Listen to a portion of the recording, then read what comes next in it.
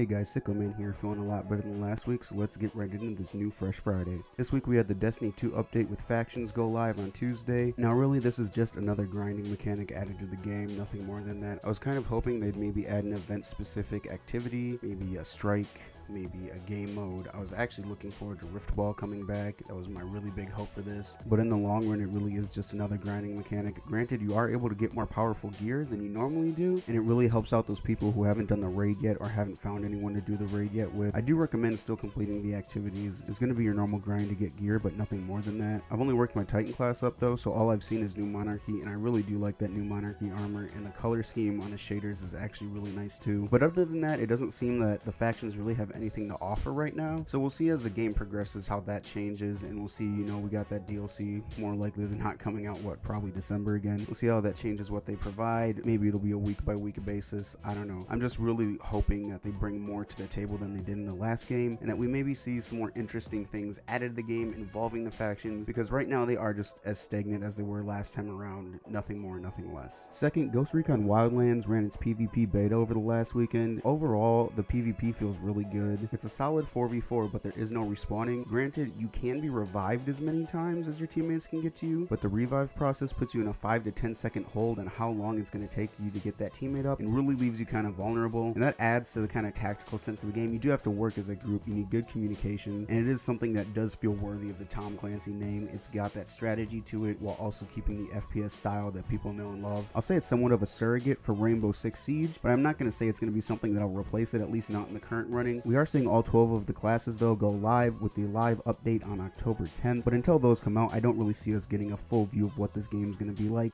Because of the scale of it, I don't think we're going to see an uptick in the Wildlands community that's even going to come close to competing with the Rainbow Six community. Overall though, I do recommend it if you have the game. If you've only played the story and you haven't gotten your hands on the beta, I recommend when the PvP goes live to definitely start playing it, get a sense for it. You might like it, you might not, but it's definitely worth a try. Third up on the list, the Hyrule Historia is actually getting a follow-up. The first one was really nice. I have a friend that had it. I looked through it. It's got a lot of art. It goes into the lore. This one is going to be focused primarily on art. It's supposed to be filled with maps, screen caps from games, concept art, and just other general art from the Legend of Zelda series. It is going to have a price tag of about $40, but for anyone that saw the first Hyrule Historia, you're going to know that this price tag is definitely worth it. They put a lot of quality into what they give you. It's not just about making a quick buck, and it's definitely worth the purchase if you're a big Legend of Zelda fan, or you have a big Legend of Zelda fan somewhere in your life. Now that is expected to come out about April 2018. They didn't give official day, but they did give us that month. Because it is a book and not a game, I'm hoping it doesn't get a pushback. We've seen things get pushbacks before, but this isn't something that's really got to go through development. It's really just collecting the resources they already have. Unless the printers they go to have a malfunction, I don't really see anything happening to this in the long run that would cause it to be pushed back. Next is probably the biggest story for this week. The voice actors strike actually ended this week. It ended a little tentatively according to the Screen Actors Guild. They said they received much of what they asked for, but not everything. They are looking at better bonuses for voice actors, along with providing more transparency regarding the projects these actors will be working on, the genre of the game they'll be working on, whether profanity is necessary, violence, any kind of sexual content, or maybe racial slurs. And I know for a lot of people this might just seem like, well, you know, it's a script, read it. But for an actor taking a job like this kind of transparency is really necessary for knowing what you're getting into. You wouldn't want to sign on to a project that you know nothing about, and all of a sudden you've agreed to do things that you're not comfortable doing. Everyone has their own comfort zone, and for some people it's a lot higher than other people. This is really just guaranteeing that voice actors are just kind of treated with the respect and dignity that other actors get throughout the series, especially considering the way that video game voice actors are treated compared to the way other voice actors with larger names might be treated in regards to those that work for maybe Pixar or Disney and are doing movies rather than video games. It should also be noted though that game developers did walk into these conversations with their own demands. It does not sound like they got everything they wanted. They wanted provisions within this contract negotiation that they had with the Screen Actors Guild to allow for fining of voice actors. These fines would generally apply to those who are late for recording sessions,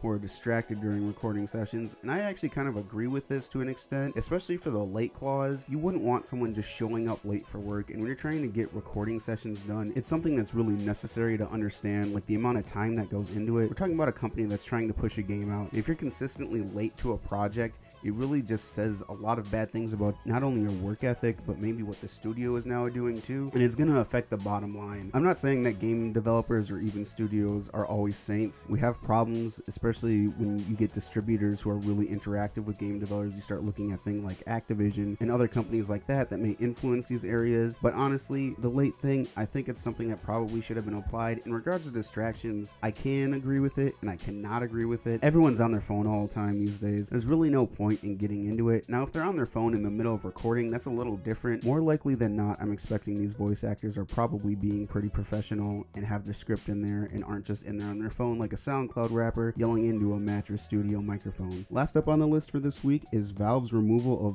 almost 200 games from Silicon Echo Studios on the Steam store. It looks like they took 173 games exactly from the studio's listings. It should be noted they were using the Steam Direct system to avoid the $100 listing fee, on top of the fact that the Steam community has for a long time complained about quality problems with the games these studios were releasing. And this studio was actually working under a couple of other names, it turns out, and in the months of July and August released 86 games. The studio, by working back channels and creating kind of shadow studios, was able to sell low quality games, influence the trader market in regards to trading cards, and that's really kind of what they were building their business model about. I can understand Valve not appreciating this. I understand the gamers not appreciating this. They're really just preying on people who are probably A, didn't know much, B, kids, or C, on a pure influence of the market. I think it's a little bit reminiscent of the scandals we saw regarding the CSGO betting and stuff like this, just on a much larger, more corrupt scale. Now, whether or not you agree with this is entirely up to you. I don't see why any gamer would not agree with this. We're talking about a studio that was really just pushing quantity more than quality for everything. And I really don't think there's any studio that can make 86 quality games and have them release in the span of just 2 months. That's a major feat to do. It would take an enormously large team and an exorbitant amount of money, and it's not something that I think is realistic, and I doubt any of those games were worth even the pennies that were paid for them. Anyways, guys, that's Fresh Friday. I'm your host, Sicko Man. Remember, keep it fresh, keep it short, keep it sweet, otherwise it'll go rotten. You can follow me on Twitter at Sicko_man. You can follow me on Twitch at Sicko_man. Please remember to leave a like on the video. It really helps me out. Feel free to subscribe to the channel. That also helps me out. If you want to see more videos like this, subscribing is the best way to see them. I also do some Let's Plays here and there. I'm looking at doing some spoopy stuff with October coming up. And with that,